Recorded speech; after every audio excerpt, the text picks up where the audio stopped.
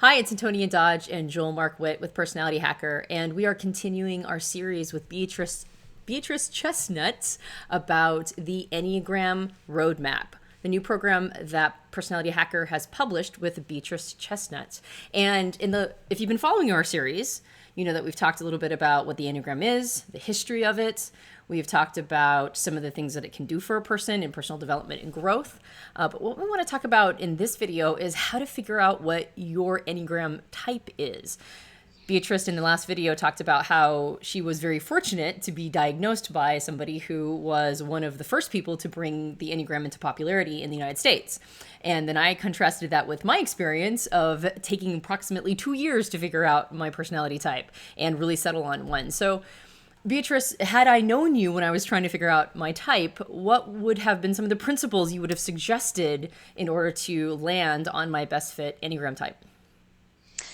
Right. Well, I think it's really an important question. How do you find your type? And I think with the Enneagram, it can be a little bit tricky because the descriptions are very thorough. However, they also reflect blind spots. They also reflect things about ourselves that we may not be aware of. And a lot of the different types can kind of look like each other, especially at the level of behavior. If you go down deeper, well, two types may do the same thing. They often do them for different reasons. So how do you find your type? I think the important thing to think about in terms of finding your Enneagram type is to look at it as the beginning of your personal growth journey. And whether it takes like 10 minutes or a year, that it's all going to be part of the process of entering into the Enneagram and learning how to use it for your own development. So I should say that there are a lot of tests out there that you can take, like online tests that you can, if you Google, Enneagram tests, that you will find. And so the first thing I want to say is to be really cautious about using an Enneagram test and thinking that it's giving you the final answer. Because the thing about the Enneagram is it's really, really hard to construct a test that is accurate enough. There's no test out there that's 100% accurate. And there are many reasons for this. Now, first of all, I want to say it's normal for all of us to want to be able to just take a test and have the test give us the answer of who we are. I think that's just completely understandable. And in our culture, I think we're used to that. It's like, okay, where's the test? I'll take it and I'll find out what the piece of data is that tells me what the truth is. But with the Enneagram, I think it's really important to see this in a different way because there isn't really a test that's going to give you the answer. And so it's really important to read different descriptions of the 9 types and see which one really fits for you. Now, it could be a process of narrowing it down, but what it's really going to be all about is you really entering into a conscious process of saying, what do I really do? And in order to do that, you have to be brutally honest with yourself. When I was talking about my journey with the Enneagram in the last video, I talked about how I heard something about myself when I was first reading the description of my type, that I was manipulative, that I didn't like. And there may be a lot of that. So just be aware of when you're entering into the Enneagram. Sometimes I think the biggest hurdle that keeps us from finding our type in a quick way by just reading the descriptions and seeing which one we relate to the most is that sometimes we think of ourselves as we would like to be, or as we would like to be seen, or the way we want to think we are, instead of the way we really are. So, of course, I didn't want to think I was manipulative. I didn't want to think I was so dependent on what other people thought of me for my own self-worth. But that was true.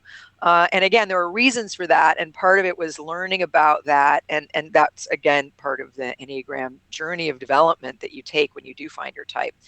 So I would say if you want to take a test, you can do that, but just really take it with a grain of salt. Don't consider that the answer will be the truth of who you are, of what your type is, but just take it as one piece of data. And maybe you might want to take a few different tests. And there are some tests out there that are okay. There's a book called The Essential Enneagram that's a 9-paragraph test. There are other tests. And so if you want to experiment with those, I would say go ahead, but just remember that the accuracy level of these aren't very high. Yeah, this is basically what we talk about with the Myers-Briggs system as well, which of course is what we primarily teach. And Right. we always tell people the online tests, use it as the beginning of the journey of figuring out your type, not the end. Yes. It's not the conclusion, it's the start. Yeah. And I think the same thing applies with Enneagram. It's a matter of awareness and watching yourself and matching it to descriptions. One thing that's coming up for me, and something we haven't really talked about in any of these videos yet, is that your area of expertise in the Enneagram is actually in subtypes. The book, The Complete Enneagram and the 9 Types of Leadership, both talk about the subtypes, the 3 instinctive subtypes for each of the 9 types, making 27 in total. And Right. one of the things, I settled on type 3 at a certain point. I was going between 3 and 7 and 8, and I kind of saw a little bit of myself in all of those. And then eventually I realized, despite the fact that there were elements of the description of 3 that I didn't fully resonate with, I knew that I knew I resonated with it enough. The moment when I resonated with it fully is when I read the type 3 sexual subtype. And then instantly I went, yep, I am a 3. And so Right. I think a part of this, and what I love about the program that we've created, is that it's not just a matter of understanding the 9 types, but there's also some flavor, some nuanced flavor in each of these that might, in just general descriptions of the types, might not be accounted for. Like when I read most 3 type descriptions, it feels to me, now that I've read The Complete Enneagram and gone through your program, it feels to me that they're mostly describing 3 social subtypes, which I don't fully resonate with. As soon as I read 3 Right. sexual and listened to your program and really understood the sexual subtype, I went, that's why I haven't been fully resonating with all those descriptions. So Right. one of the things I definitely recommend is, if you're thinking about this program and in part you're considering it for, to help you diagnose your type, Beatrice goes into all of these subtypes, and there are what do you call them, lookalike types? Yes, there are lookalike types, which is why the subtype level of description is so important. And I think you're really right. And I'm glad you said that, because so the subtypes are basically the 3 different versions of each of the 9 types. It's a further level, a deeper level of specificity. And actually, once you get into that more nuanced level of description, like the 3 kinds of 3s, what you find is there are more characteristics and a sharper kind of focus on specific versions of those types that actually really help with finding your correct type.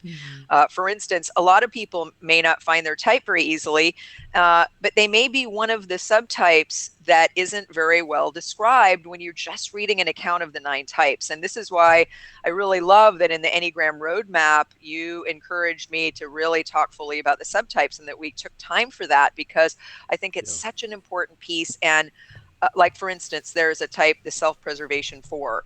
And this is a 4 that doesn't always look like a 4. And so a lot of people don't find their type in the Enneagram, because if you take a test, or if you're just looking at a shorter version of each of the 9 types, you're not going to see it described there. And so I'm really happy that we really took the time to spell out not only all the subtypes, but also how the subtypes have unique growth paths.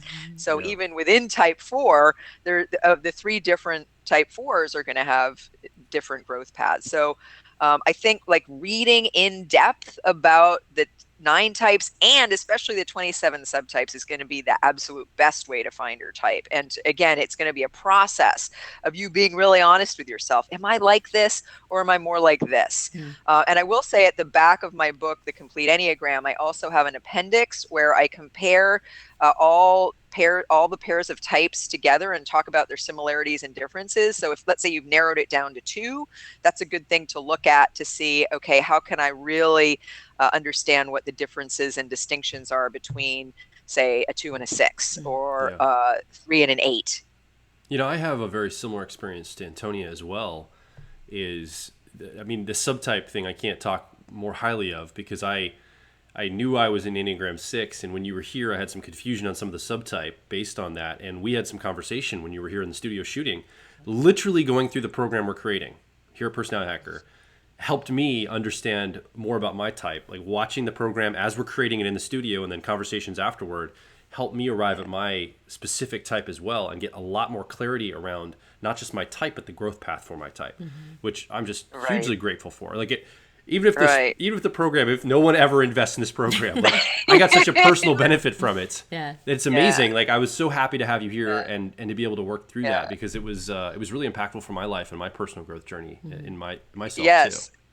And I really enjoyed getting to know you guys. And Joel, one of the things I liked about our conversations and me asking you questions and helping you find your way to your subtype is I think it shed so much light on what you're really good at, and why you've been a success and why the work you're doing in the world has been so impactful. Because I think, being a social six, there are specific gifts that you have that are not the same as even the other sixes. And I think it really helped me appreciate you in a way, even though I was just getting to know you. Awesome. So I think one of the big questions that people have about the Enneagram, or actually any typology system, this is a question that we get, or maybe even a statement that we get a lot, which is that these typology systems, we experience them as opening our worlds up and increasing our awareness and helping us understand elements of ourselves that maybe we were otherwise blind to. But when you first get introduced to any typology system, you're at the very, very tippy top of the iceberg, and there's a lot of gross overgeneralizations that live there. And so one of the biggest objections that we end up getting is that we're putting people in boxes, that in typology systems, we're actually trying to shoehorn people in these characteristics as opposed to helping people match up to what's going on for them. So just to complete this video, just remember that when you're looking for your type, number one, if you take an online test, it's the beginning of the journey, not the end. Awareness is key, observing yourself and being willing to accept elements that might be blind spots that might kind of like feel icky if you read them at first, and then it maybe takes over time to get to a point where you like actually integrate that, yeah, that could be part of who you are. Looking at the subtypes is incredibly powerful because you might be identifying with some elements of a type, but the descriptions of them have a bias towards one of the subtypes, and that might not be your subtype. So look at the subtypes if you're really trying to diagnose which Enneagram type you are. And then also remember that it's not a matter of shoehorning yourself into a box. It's actually a matter of matching up. Like, it should fit like a glove. It shouldn't be something that you're sort of forcing yourself into. But what I would like to do in the next video is maybe, unless you have more to say, Beatrice, on that, on the diagnosing your type and elements, more principles. Do you feel complete on that, or is there anything else? I think the one last thing I want to say is that, so I grew up in the narrative tradition school, which advocated talking to people who knew their type as a way of finding your type. So we would learn types through panels. So seeing like 5 5s or 5 7s or 5 or 4 8s talk about what it's like to be people who really knew their type and had been self-observing for a while, talking about what it was like to be that type. First of all, it's just fascinating to hear people tell their stories, but also you really started to see how these different people started to tell the same story. So I just want to also say that I think that's one of the best ways. Now, it's hard to find, you may not be in a place where there's a lot of Enneagram going on, but one of the things I want to do is start to even put some of those online, because I think that can be a really effective way of, wow, I'm like those people. I have a 6 friend who came to a panel we did once of 6s, and at the end of it, he's like, these are my people, because he could really hear his own story in theirs. Absolutely. So if you're looking for a best fit type, the tests are the beginning.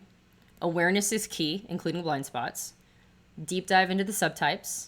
And don't try to shoehorn yourself, and look for people who know their type and hear their stories and see what resonates with you.